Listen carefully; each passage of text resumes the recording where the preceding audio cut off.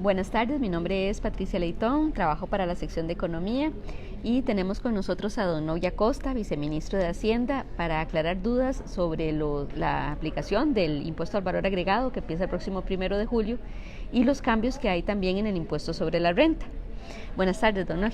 Buenas tardes, muchas gracias por la oportunidad de podernos comunicar con los costarricenses y aclarar dudas. Me parece que es un ejercicio importante desde el punto de vista del Ministerio de Hacienda y que también hemos abordado desde el punto de vista de la institucionalidad y estamos haciendo capacitaciones, estamos diciéndole a la gente que se acerque a las administraciones tributarias para que puedan solventar sus dudas.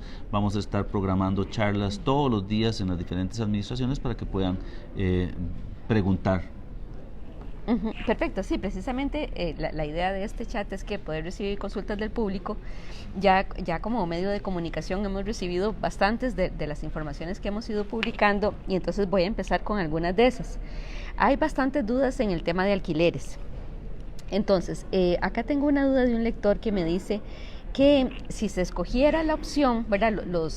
Quien alquila y tiene al menos un empleado puede escoger entre el régimen tradicional de renta o pagar el 15% de impuestos sobre el 85% de los ingresos del alquiler.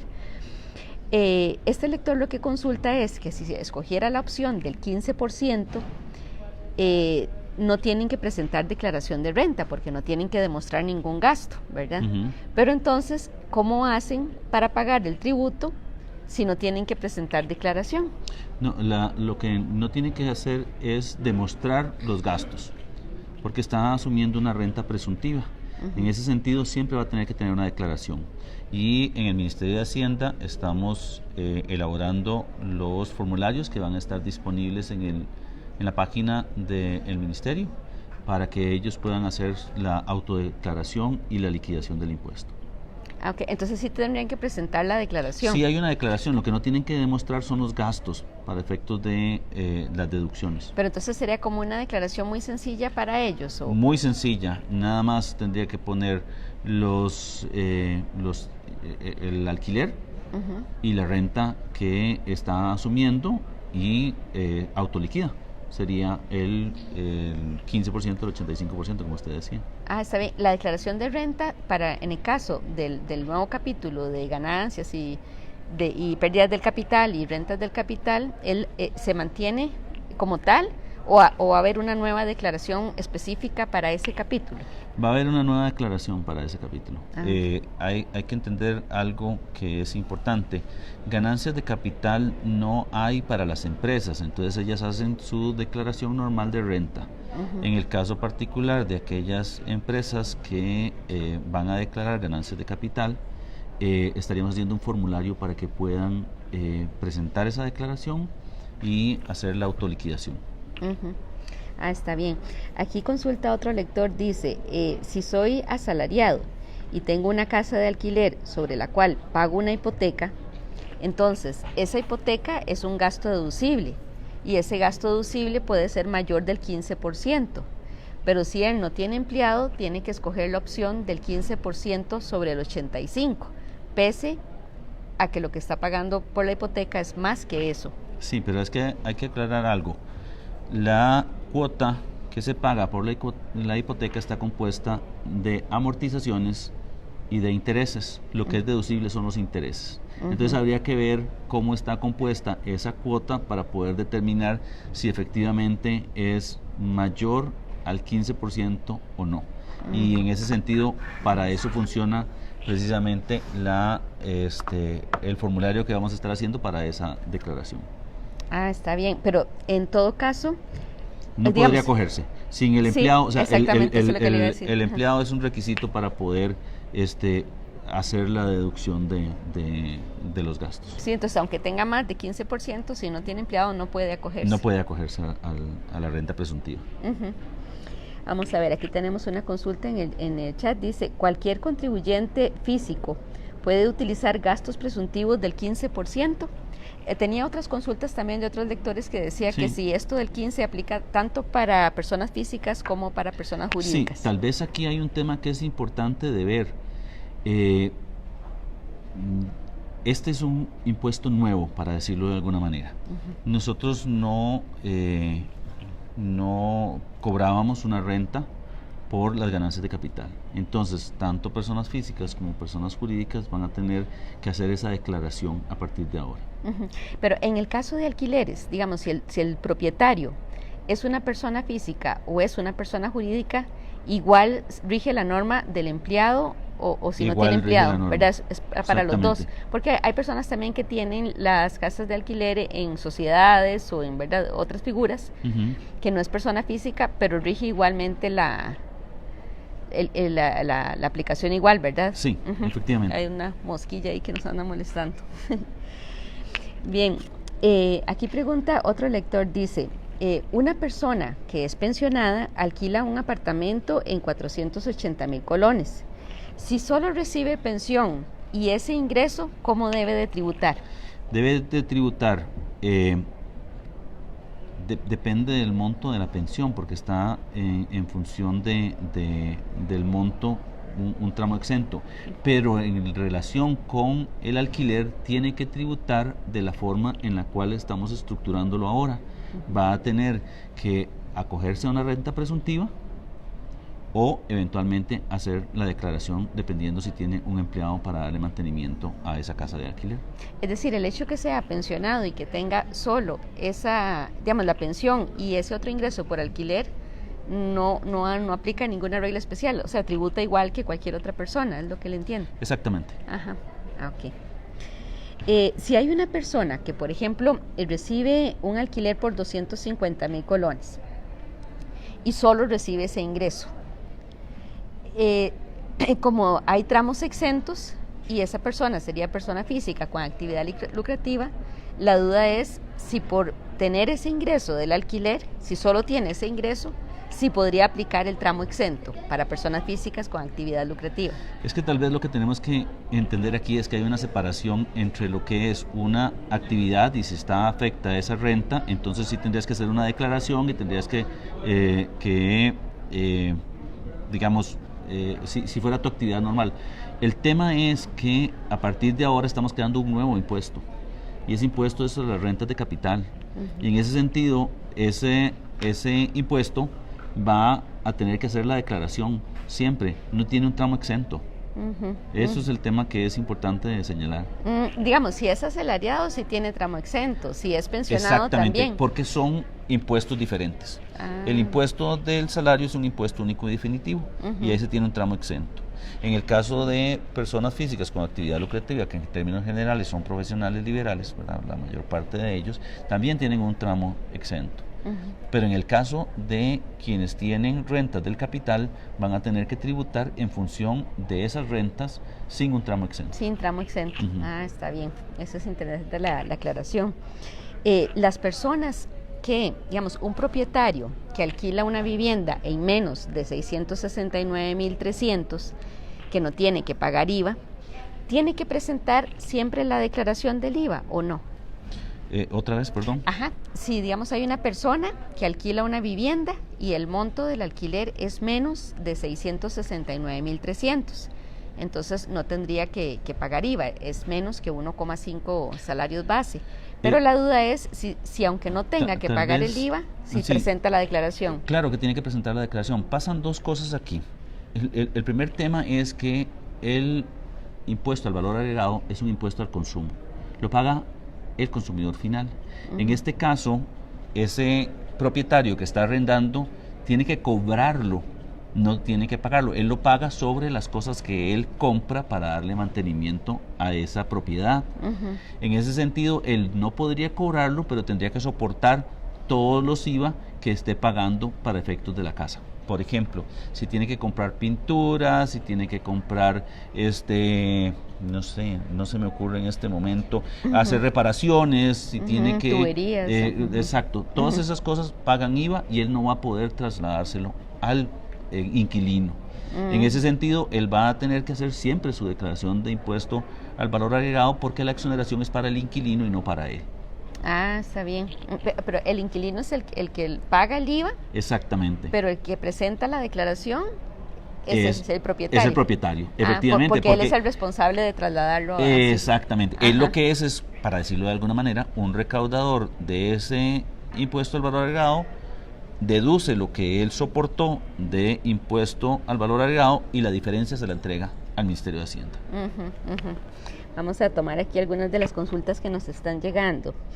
Pregunta doña María Elena, dice, si por mi actividad hago la declaración D101, ahora debo de presentar doble declaración. La D101 no recuerdo exactamente cuál es, pero digamos, de las declaraciones que se están presentando actualmente. Esta es una nueva declaración porque es un nuevo impuesto. La de ganancias y pérdidas de capital. Ajá. Exactamente. Dependiendo de si tiene o no ingresos por rentas o ganancias de capital. Exactamente. Bueno, dice, quisiera saber si el transporte, trailers, tienen que pagar el IVA, es solamente uno el que tiene. Es que eso depende.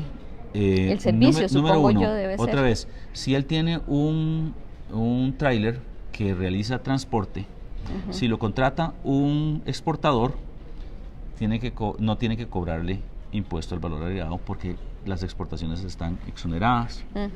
Si él le realiza un transporte a cualquier otra persona, por ejemplo una mudanza o algo parecido, o transporta maquinaria o transporta una mercadería, debería cobrar el 13% a quien le preste el servicio. Hay un caso particular que es el caso de los que producen o comercian para canasta básica, que a partir del 1 de julio del 2020 tendrían que cobrarle el 1% de impuesto al valor agregado. Entonces va a depender de quién sea su cliente. De noviembre del 2000. Si es un exportador, 2019. 2020. Pero, si es un exportador, 0.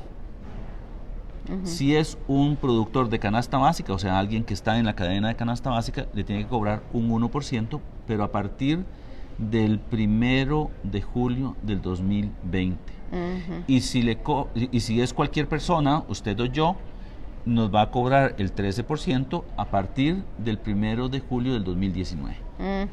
Depende del servicio. Exactamente, depende de quién es el usuario. Aquí una señora pregunta, dice, una pymes, ¿cuántos locales puede exonerar?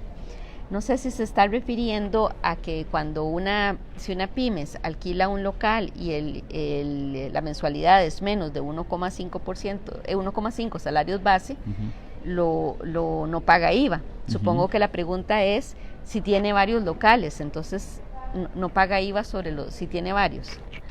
Esa es una pregunta interesante y le voy a decir que no me la he hecho. Nosotros desde la discusión de eso habíamos planteado un único local. ¿Por qué? Porque lo que estábamos planteándonos eran, primero que nada, quienes reciben la exoneración son las micro y pequeñas, las medianas no. Entonces, esa empresita tiene que estar inscrita en el Ministerio de Economía, Industria y Comercio y solicitar la exoneración a la persona. Si tiene varias, yo no sé, habría que estudiar el caso particular porque la declaratoria o la categorización va a depender de una serie de parámetros que tiene el Ministerio de Economía, Industria y Comercio, y en ese sentido habría que ver si en realidad es una pequeña o más bien pasa de pequeña. Está bien. Pregunta don Ernesto, dice, tengo una boceta de turismo y todavía no me queda claro cuánto es lo que tengo que cobrar a mis tarifas, ya que creo que hay una tabla escalonada, se tiene que cobrar el 13% a partir del 1 de julio, lo que entiendo es también por el servicio de transporte de turismo. Sí, hay una cosa que es importante de señalar, los únicos servicios de transporte que están exonerados son los taxis y los autobuses. Y esto porque cumplen dos características que se establecieron en la ley. El primero es que tienen un permiso o una concesión, y el segundo tema es que tengan una tarifa regulada por la Autoridad Reguladora de Servicios Públicos. En el caso particular de los servicios prestados a turismo, a transporte escolar, no hay una tarifa establecida por ARECEP. Entonces, a partir de la aprobación de la ley, van a tener que cobrar el 13% como norma general. En el caso particular de las empresas que tengan declaratoria turística y estén digamos, inscritos ante el Instituto Costarricense de Turismo, van a poderse acoger a un transitorio que establece que el primer año cobrarían 0, el segundo año cobrarían 4, el tercer año cobrarían 8 y hasta el cuarto año cobrarían el 13%. Ahora, lo que es importante de señalar es que esto es un impuesto que no recae sobre quien esté proveyendo el servicio o el bien, sino que recae sobre el consumidor final. Entonces, si la tarifa es 0, él va a cobrarle 0 a el usuario. Sin embargo, los servicios y los bienes que él compre van a estar afectos al impuesto al valor agregado. Entonces no va a tener contra qué descontar. Exactamente. Y entonces va a tener que soportarlos. Entonces, en ese sentido, va a tener que hacer una valoración de qué es lo que más conveniente para él. Incluso conversamos con la ministra de Turismo y valoramos la posibilidad de que hayan empresas que no tengan que acogerse a este transitorio, sino que directamente entren a cobrar el 13%. Está bien. Después aquí hay, bueno, y eso aplicaría en el caso de las microbuses que transportan estudiantes. 13% de manera inmediata. A partir del 1 de julio entraría a regir el impuesto al valor agregado, y en el caso particular del transporte de estudiantes tienen que cobrarle el 13%. ¿El transporte que está exento? Es taxis y autobuses. Solo taxis y autobuses. Exactamente. Está bien. Si es un bus escolar, entonces estaría exento. Estaría exento. Por ser bus. Hay un caso particular y aquí hay que denotarlo. Si el bus lo paga una institución pública, en este caso, por ejemplo, el transporte de estudiantes que paga el Ministerio de Educación Pública, estaría exento hasta enero del 2020. ¿Por qué?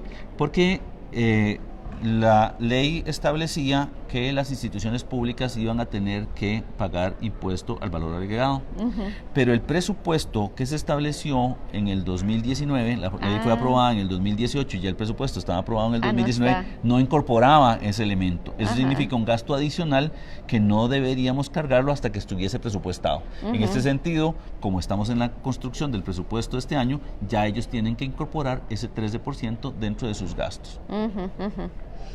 Está bien, dice, aquí hay otra de transporte también, dice, mi esposo tiene un camión y brinda servicio de transporte, por ejemplo, mudanzas, materiales de construcción, ¿debo pagar el 13%? No debe pagarlo, tiene que cobrarlo, sí. Porque además a ella, cuando le vendan las llantas, le cobran el 13%, cuando tiene que comprar los aceites y los demás elementos necesarios para mantener el camión, ella paga 13%. Hoy prácticamente, como el servicio no tenía impuesto, ella tenía que absorber esos costos, pero a partir de ahora va a tener la posibilidad de poder deducir lo que está gastando. Así que por regla general, en los servicios, 13%. Hay una consulta en el caso de pago de servicios al sector salud. Dice, en el sector salud queda claro que el mecanismo de devolución del impuesto sí se paga con tarjeta, o sea, si yo voy a un médico y pago con tarjeta, ¿verdad? Entonces es un 4% lo que cobrarían de IVA, ¿verdad? Sí, efectivamente. Pero perdón, ahí dice, si el pago es por efectivo o si es por transferencia bancaria, ¿procede la devolución? No, en este momento única y exclusivamente con pago con tarjeta. ¿Solo transferencia electrónica no? No, porque digamos todavía no hemos logrado poder identificar claramente quién es el emisor, quién es el receptor del pago. En el caso particular de los profesionales, hay un POS que está asignado a una persona y a través de eso podemos identificar qué es lo que se está cobrando en cada uno de los datáfonos, para ponerle algún nombre. Entonces, en ese sentido, funciona así. Eso lo estaríamos aplicando inmediatamente a partir del 1 de julio. Y esto porque ya tenemos identificado el mecanismo y la forma en la cual le vamos a devolver a los consumidores ese 4%. La idea de ponerle una tarifa al sector salud es para poder evidenciar y poder tener la trazabilidad necesaria para cobrarle renta a esos profesionales. Conocer los ingresos. Exactamente. Ajá, la ley establece que Hacienda tenía 1 año para establecer ese mecanismo de devolución. Pero fuimos muy ágiles y lo hicimos ya. Así que ya la gente puede tener certeza de que se les va digamos, a no cobrar ese 4%. Es decir, si el 2 de julio yo voy a un servicio médico, pago con tarjeta, me van a cobrar el 4% de IVA. ¿Verdad? Lo que va a pasar es que en la factura va a aparecer a ver, si va a consulta de un médico y le cobra 50,000 colones. El 4% que tendría que pagar son 2,000 colones. Entonces, en la factura van a aparecer 50,000 colones más 4% de impuesto al valor agregado, 52,000 colones. Pero cuando usted pasa la tarjeta, lo que se le cargan son 50,000. Nada más. No se le cargan. Entonces no se le cargan los otros. Entonces, en realidad nunca se le devuelve porque nunca se le cobra. Exactamente. Y precisamente lo importante de este ejercicio es que queda una evidencia del ingreso de ese profesional. Y creo que ese es un tema de responsabilidad de todos los costarricenses, que deberíamos ayudarle a tributación a poder identificar las rentas que cada uno de quienes están en una actividad económica den al fisco. Y los emisores ya saben que es así. Exactamente, ya hemos trabajado, precisamente tenemos prácticamente más de 6 meses, porque desde el momento en el cual entró o se publicó la ley, empezamos a trabajar en todos los procesos. El reglamento se atrasó mucho precisamente porque fuimos muy amplios en la presentación, en las discusiones, lo publicamos 3 veces, recibimos retroalimentación de todos los ciudadanos, tanto empresarios como personas particulares, y lo que presentamos y publicamos este martes fue el resultado de todo ese proceso. Entonces arranca el 1 de julio también. Arranca el 1 de julio, exactamente.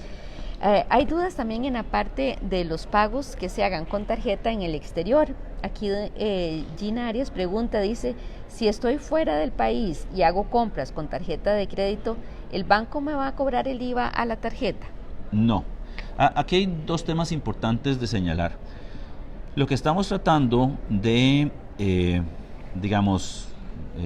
fiscalizar o de cobrarles el impuesto al valor agregado son a los servicios transfronterizos. Es un servicio que lo presta una empresa que está en el exterior pero que se consume en el medio local.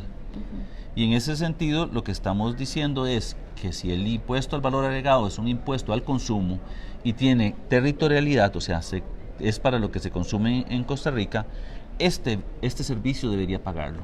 Entonces, por ejemplo, para poner el que más se discutió, Netflix. Netflix presta un servicio que se consume en Costa Rica. Se carga una tarjeta de crédito. Conversamos con el emisor de la tarjeta y le dijimos, cuando haya un cargo por Netflix, cobre el 13%. Pero solamente en esos servicios. No en la compra de bienes. ¿Y por qué no en la compra de bienes? Porque si la compra es internacional e ingresa al país, esa compra paga impuesto al valor agregado en aduanas cuando se hace la internalización. Y en el caso particular de la consulta de esta persona, es que si compra bienes en el exterior, no tenemos por qué cobrarle impuesto al valor agregado porque está en el exterior, no está siendo consumido en Costa Rica. Si consume, digamos, Netflix estando en el exterior, habría que hacer un trámite para que hubiese una devolución. Y así con cualquier servicio transfronterizo que lo consuma afuera con tarjeta local. Efectivamente. Está bien. Pregunta, ¿a los que alquilan casa se les sube el alquiler? Bueno, creo que ahí ya es una cuestión más como economista, ¿verdad? Mire, le voy a decir que es una cosa bien interesante.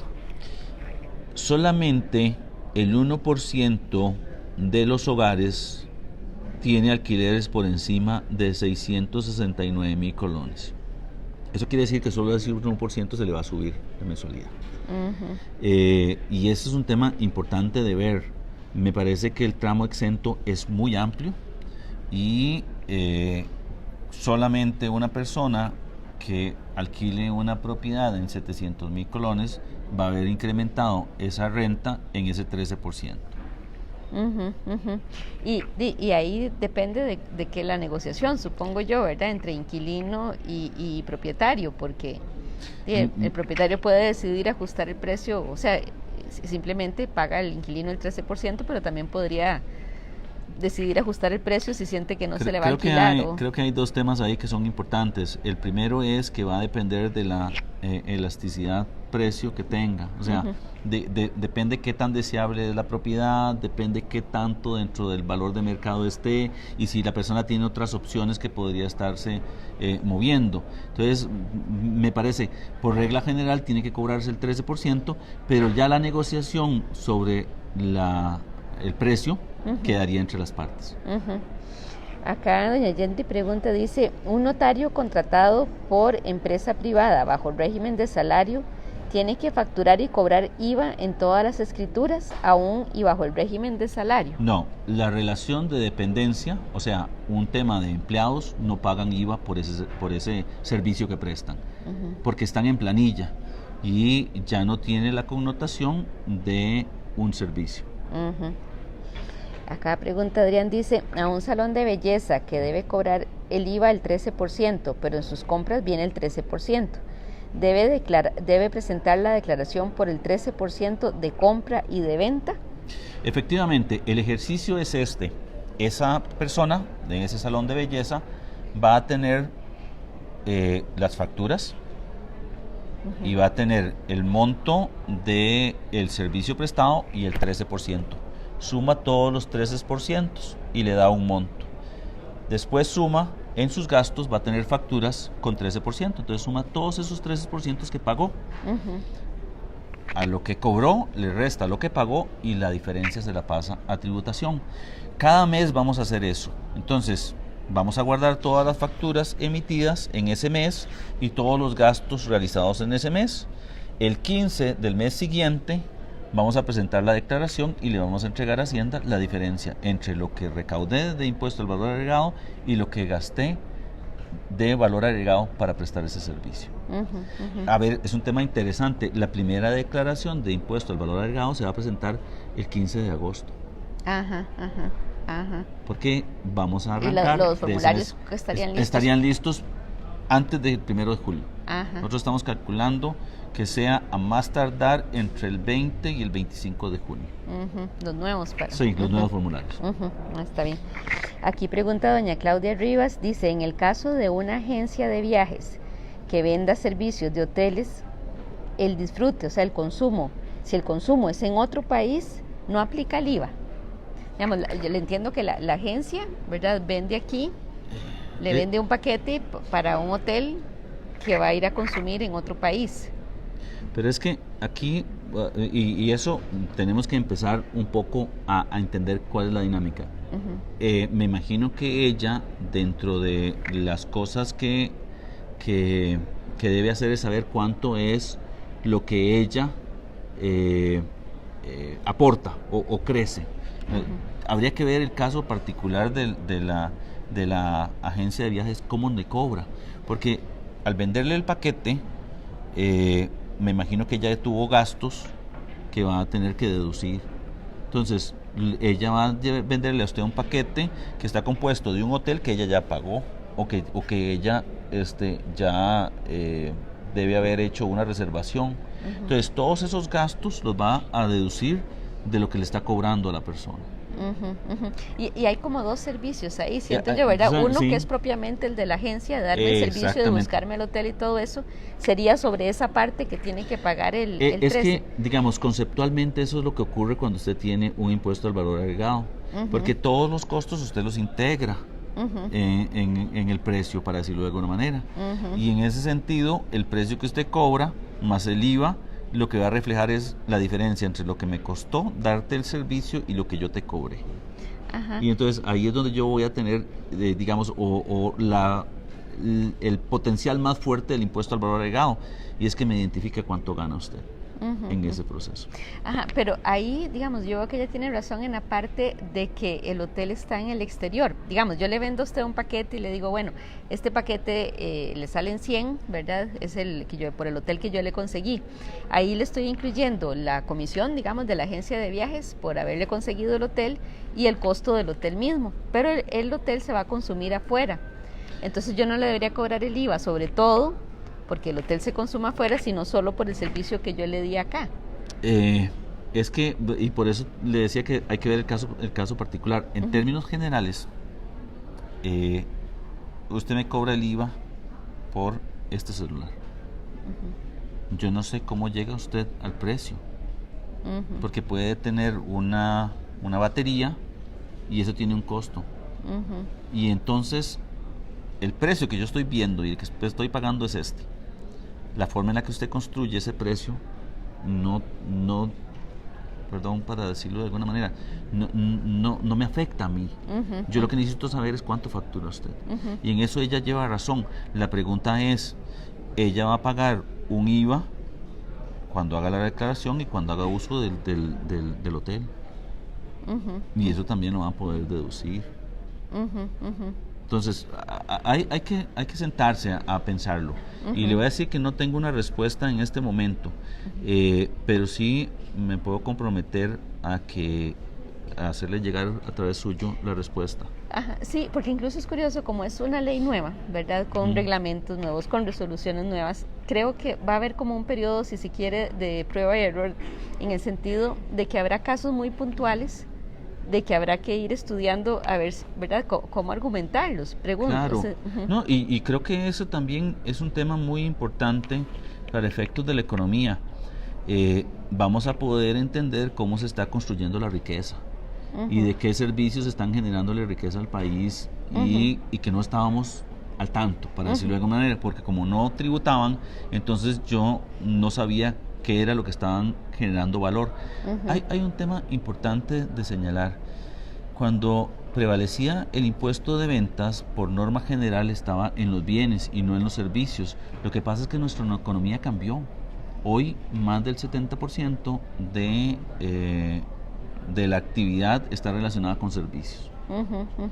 Y entonces vamos a empezar a hacer más transparente ese proceso de generación de riqueza con el impuesto al valor agregado.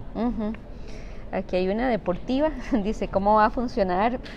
Supongo que es el IVA en las federaciones deportivas y comités cantonales. Mire, aquí hay dos temas que tenemos que señalar y creo que la pregunta es cómo se financian los comités cantonales y si son las municipalidades las que compran los implementos y hacen el proceso. Las municipalidades están exentas del impuesto al valor agregado. Y en ese sentido, gobierno central sí lo va a pagar, pero gobierno central sí, pero precisamente aquí hay un concepto importantísimo de señalar. ¿Por qué el gobierno central lo va a pagar? Por dos razones. Uno, por generar una mayor transparencia para efectos del gasto tributario. El gasto tributario significa las exoneraciones que le damos al país. ¿Qué es lo que voy a pensar yo que tendría al final?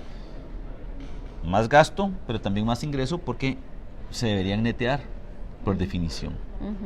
Entonces, ¿qué fue lo que pasó? Cuando se planteó eso, nos dimos cuenta de dos situaciones. Número uno, la caja está exonerada de impuestos a nivel constitucional. Y número dos, las municipalidades no dependen del presupuesto nacional. Entonces, en ese sentido, por eso no están afectas al impuesto al valor agregado, porque no van a recibir una transferencia del gobierno para hacerle frente a eso. Bueno, y hay una discusión en la parte de la regla fiscal. Sí, pero creo que eso es para otro tema, para otro momento, mejor no lo toquemos aquí. Vamos a ver, dice, bueno, esta ya se lo había contestado, pero dice, si se tiene declaratoria turística y yo opto por el escalonado, pero tengo que pagar servicios con el 13, ¿cómo funciona? No lo cobro en mi tarifa, pero sí debo pagarlo. Efectivamente, ese es tal vez, claro, y por eso fue que conversando con la ministra de Turismo, decidimos que quienes tuviesen declaratoria turística y no quisieran acogerse, también lo podemos plantear. O sea, no necesita renunciar a la declaratoria turística para evitar estar dentro de la inteligencia del transitorio. O sea, podría mantenerse en la declaratoria, pero cobrar el 13. Cobrar el 13, efectivamente. Cobrar el 13 y como va a hacer frente a gastos con el 13%, va a poderlo trasladar al consumidor. En el otro caso, sí tendría un problema, porque estaría afecto al 13 en sus compras, pero no podría cobrárselo a su cliente. Aquí hay una consulta que yo creo, bueno, ustedes todavía están estudiando, y es si Uber paga. Hasta donde yo tengo entendido, tributación va a hacer una lista, ¿verdad?, de cuáles son los servicios transfronterizos que van a pagar IVA.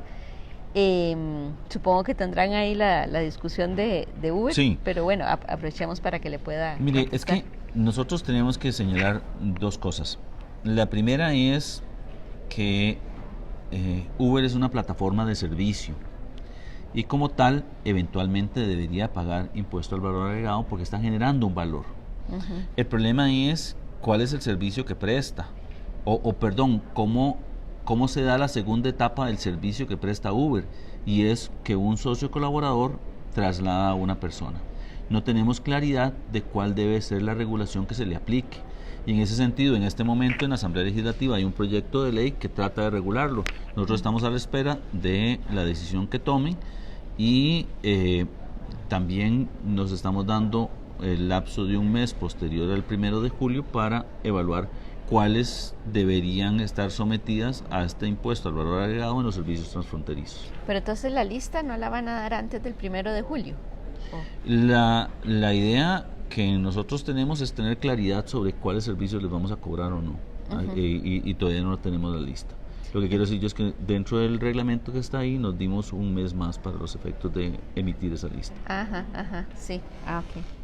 Pero ¿cree que en ese mes se podría decidir algo sobre el proyecto de ley que está en la Asamblea? Porque eso les ayudaría a saber si nosotros lo incluyen esperaríamos o no que lo los incluyen. diputados tomasen una decisión pronto y lo digo desde el punto de vista de la claridad de cuál debería ser la regulación de los socios colaboradores, no tanto de el servicio que como plataforma electrónica brinda Uber.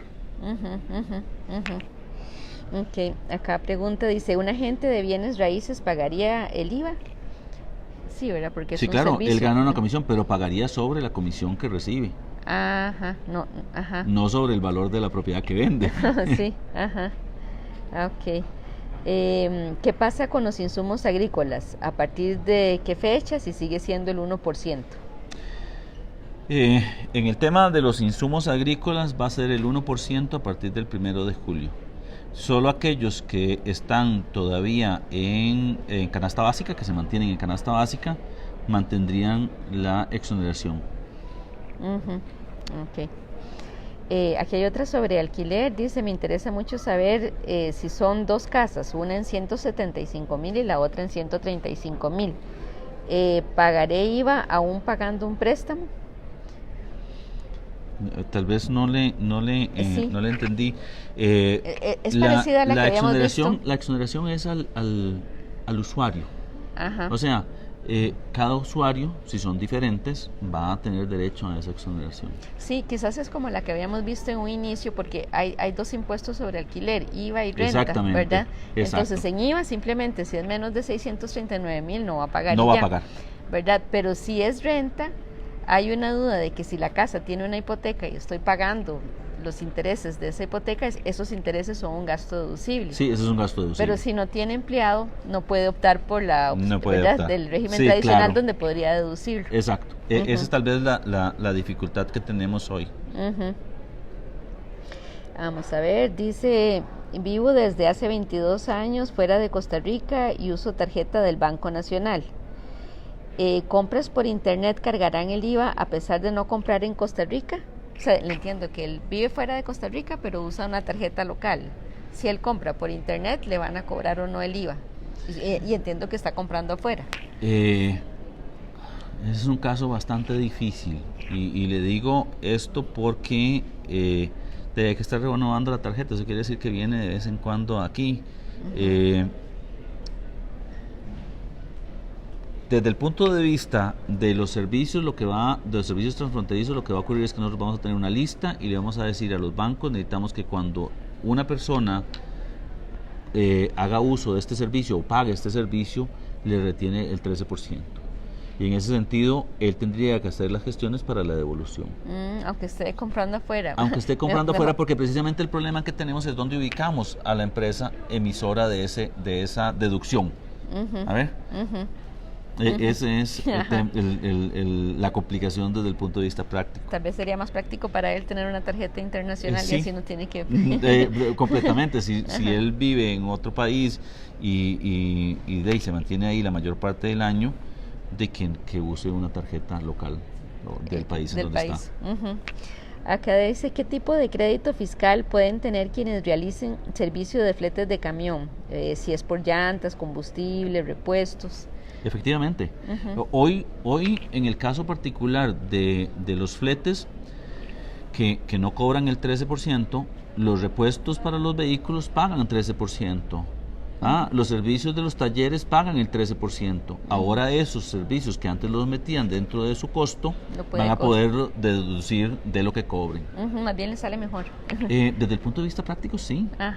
Sí, hay un tema interesante, ¿verdad? Que uno ve siempre la parte impositiva, pero el hecho de ampliarlo a los servicios va a hacer que muchos servicios que antes las empresas no podían deducir, ¿verdad? El concepto de deducción financiero, ahora puedan hacerlo, ¿verdad? Y más bien genera como un tipo de respiro, si se quiere, para muchas empresas. Ayer estaba haciendo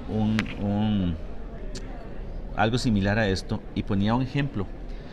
En tributación, con el impuesto de ventas, hubo un momento en que teníamos una discusión con una empresa que producía pinturas. ¿Qué fue lo que ocurrió? Resulta que el impuesto de ventas, que está desapareciendo con la aprobación de la Ley de Fortalecimiento de las Finanzas Públicas, establecía que la única manera de deducir algo era si estaba integrado en el producto.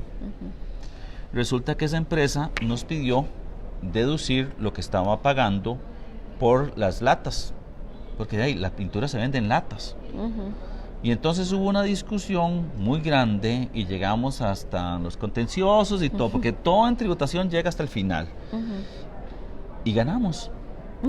Y ganamos y demostramos que como no se podía meter la lata dentro de la pintura, pero sí la pintura dentro de la lata, no podían deducirlo. Bueno, ahora esa empresa va a poder deducir ese impuesto de ventas sobre la lata en el momento en que venda la pintura. Entonces, esa deducción financiera es muy importante. Acá hay una pregunta, dice, ¿los albergues o asilos de ancianos o de adultos mayores públicos o privados deben pagar el IVA? Creo que hay un artículo expresamente en donde se excluye eso, pero no lo recuerdo con detenimiento. Sé que está, pero no recuerdo con detenimiento cuál es el alcance. Sí, a mí me parece haber leído algo que decía, se refería a redes de cuidado y asilos de ancianos en la ley. Sí. Ahora hay un tema aquí que es bien importante de señalar. El impuesto al valor agregado funciona cuando hay una contraprestación de un servicio. Si es un tema en donde usted tiene un albergue de cuidado y no está cobrando, o lo que recibe es donaciones, digamos, la persona no paga, no debería cobrar el impuesto al valor agregado. O sea, no, si lo que recibe son donaciones, se sostiene con donaciones. Claro. Entonces, en ese sentido no debería estar cobrando el impuesto al valor agregado. Aquí hay una consulta interesante en el caso del régimen simplificado, ¿verdad? Este régimen le permite a los comercios ¿verdad? Tener un sistema más sencillo y no tienen que entregar comprobantes electrónicos, ¿verdad? Pero, ¿qué pasa con las personas que les compran a ellos? Esas personas necesitan incluir esos gastos y tener los comprobantes para poder presentar su declaración a tributación. Sí. ¿Verdad? Nosotros en este momento estamos trabajando en un esquema en el cual podamos que esa persona que requiere, y normalmente son empresas, la factura electrónica, ellos la puedan emitir. Y entonces quien acepta es el del régimen simplificado y no la empresa. Es decir, la empresa misma que le compra una del régimen simplificado emite la factura electrónica por lo que el régimen simplificado le está vendiendo. Exactamente. Y también hay que señalar algo. El del régimen simplificado no necesariamente está obligado a entregar factura, pero sí puede darle una factura que cumpla con una serie de condiciones de tributación.